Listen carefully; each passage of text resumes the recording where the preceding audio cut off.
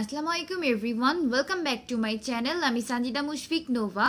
আমার আজকের টিউটোরিয়াল আমি ইন্ডাকশন মোটরের পাওয়ার ফ্লো ডায়াগ্রাম সম্পর্কে ডিসকাস করব। এক্সামে আমাদেরকে অনেক সময় copper loss, friction and windage loss, core লসের কিছু ভ্যালু দেওয়া থাকে এবং আমাদেরকে ক্যালকুলেট করতে বলা হয় এয়ার গ্যাপ পাওয়ার, কনভার্টেড পাওয়ার, ইফিসিয়েন্সি, আউটপুট পাওয়ার।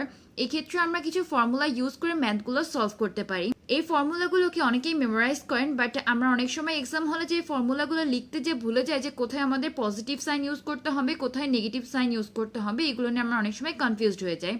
আমি আমার আজকের টিউটোরিয়ালে ডিসকাস করব জাস্ট একটা পাওয়ার ফ্লো ডায়াগ্রামের মাধ্যমে সব ফর্মুলাগুলোকে খুব ইজিলি কিভাবে মনে রাখা যায়। আমরা যখন ইলেকট্রিক সার্কিট কোর্স 1 করেছিলাম তখন আমরা সবাই কেভিএল মেথড, কেসিএল মেথড সম্পর্কে শিখেছিলাম।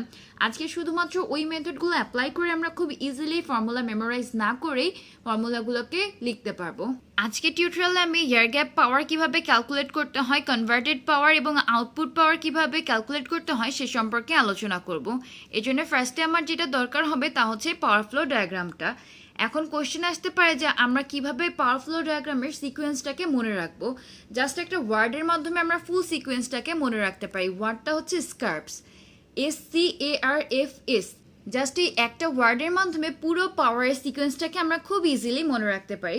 সাপোজ এস দিয়ে রিপ্রেজেন্ট করা হয়েছে স্ট্যাটার কপার লস, সি দিয়ে কোর লস, এ দিয়ে এখানের যে এয়ার গ্যাপ পাওয়ারটা আছে এয়ার গ্যাপ পাওয়ারকে রিপ্রেজেন্ট করা হয়েছে, দেন আর দিয়ে rotor copper loss, A for friction and windage, S for stray loss. আর আউটার সাইডে যে প্যারামিটারগুলো আছে ওই প্যারামিটারগুলোকে আমরা এই ওয়ার্ডটার মধ্যে কনসিডার করিনি।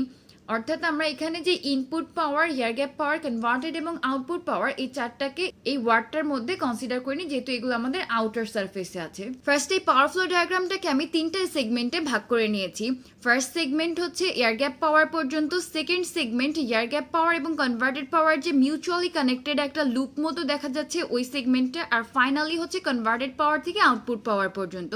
ফার্স্টে যখন আমরা first segment that means air gap পাওয়ারটা ক্যালকুলেট করতে যাব, সেক্ষেত্রে আমাদের যে ফর্মুলাটাকে আমরা কিভাবে মনে রাখবো তা নিয়ে আমি এখন ডিসকাস করব। জাস্ট 3টা প্যারামিটারের জন্য আপনারা ইকুয়েশনটা কিভাবে লিখতে হয় সেটা যদি বুঝতে পারেন তাহলে ইজিলি বাকিগুলোও লেখা যাবে। ফার্স্টে আমি এয়ার গ্যাপ পাওয়ারটা যেহেতু আউটারে আছে জন্য এয়ার গ্যাপ পাওয়ারের ইকুয়েশনটা লিখবো। এন্টারিংকে আমি মাইনাস কনসিডার করে নিয়েছি এবং লিভিংকে আমি প্লাস কনসিডার করেছি। সাপোজ আমি যেহেতু এয়ার গ্যাপ পাওয়ারটাকে ফাইন্ড আউট করতে চাচ্ছি এই জন্য আমি ফার্স্টে PAG লিখে নিয়েছি। আর এটাকে যদি আমি একটা নোট কনসিডার করি তাহলে আমরা দেখতে পাচ্ছি যে স্ট্যাটার কপার লস এবং কোর লস এই নোট থেকে লিভ করছে, আর ইনপুট পাওয়ারটা শুধুমাত্র এখানে এন্টার করছে। তাহলে আমি এন্টারিংকে যেহেতু মাইনাস কনসিডার করেছি এই জন্য ইনপুট পাওয়ারের আগে মাইনাস হবে এবং স্ট্যাটার কপার লস এবং কোর লসের আগে প্লাস সাইনটা হবে। ফাইনালি এখান থেকে আমরা ইকুয়েশনটা লিখতে পারি PAG equal to P input minus PSCL minus P core. Same ভাবে এখন আউটপুট পাওয়ারের জন্য আমি একটা ইকুয়েশন ফাইন্ড আউট করব। আউটপুট পাওয়ারের ক্ষেত্রে আমরা এখন আউটপুট পাওয়ারটা ক্যালকুলেট করার জন্য ফার্স্টে আমি আউটপুট পাওয়ারটা লিখে নিয়েছি P out. Then friction and windage losses এবং স্ট্রে লসেস আমরা দেখতে পাচ্ছি যে এই নোট এটাকে যদি আমরা নোট কনসিডার করি নোট থেকে লিভ করছে, যেহেতু আমরা লিভিংকে পজিটিভ ধরে নিয়েছি এজন্য আমাদের ফ্রিকশন অ্যান্ড ওয়াইন্ডেজ লস আর স্ট্রে লসের আগে আমি প্লাস সাইনটা ইউজ করেছি। যেহেতু কনভার্টেড পাওয়ারটা এই নোডে এন্টার করছিল এই জন্য এর আগে আমি একটা মাইনাস সাইন দিয়েছি, অর্থাৎ এন্টারিং এর ক্ষেত্রে মাইনাস এবং লিভিং এর ক্ষেত্রে প্লাস। তাহলে ফাইনালি আমরা এখান থেকে লিখতে পারি যে output power equal to converted power minus friction and windage losses minus stray losses.